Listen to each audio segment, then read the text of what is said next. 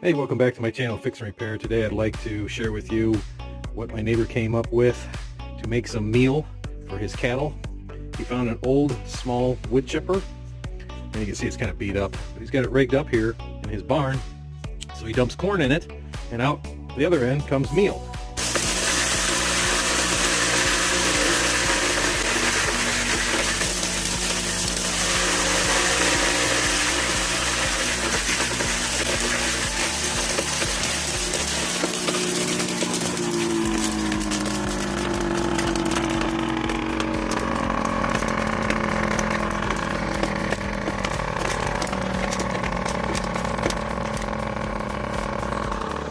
If you like my video, please subscribe, give me a thumbs up, and talk to you soon. Easy way to make cornmeal for your animals.